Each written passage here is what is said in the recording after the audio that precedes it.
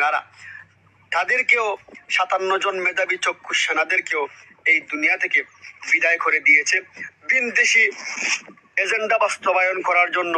বিনদেশি তাদের মতবাদ, তাদের প্রভুত্ববাদ এই বাংলাদেশে একটা স্বাধীন সার্বভৌম দেশে তারা বিস্তার করার জন্য তারা 57 জন সেনা কর্মকর্তাকে নির্বিচারে হত্যা করেছে।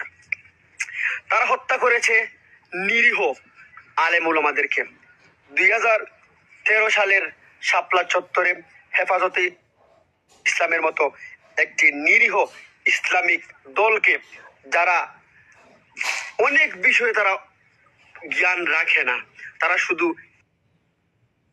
ইসলাম এবং কুরআন হাদিস নিয়ে যারা সব সময় ধ্যানে মগ্ন ছিল, তাদেরকে নির্বিচারে লক্ষ লক্ষ মানুষদেরকে ব্রাশ ফায়ার এবং গরম পানির মাধ্যমে তাদেরকে দুনিয়া থেকে হাজার হাজার মানুষদেরকে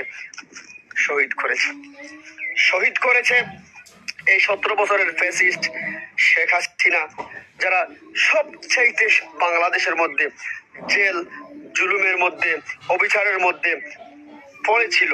তারা হচ্ছে বাংলাদেশ ইসলামী ছাত্র শিবির এবং জামাতে ইসলামী। এটা আপনাকে স্বীকার করতেই হবে।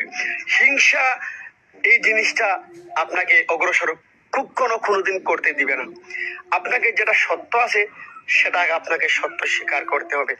আমার দেশে, একটা স্বাধীন দেশে, যে দেশের জন্য মানুষ অকাতরে জীবন দিয়েছে, যে দেশের জন্য মানুষ যুগের পর যুগ কথার দ্বারা, হাতের দ্বারা, শক্তির দ্বারা এই দেশকে রক্ষার জন্য সর্বাত্মক চেষ্টা করেছে, তারা লাঞ্ছিত বঞ্চিত হয়েছে।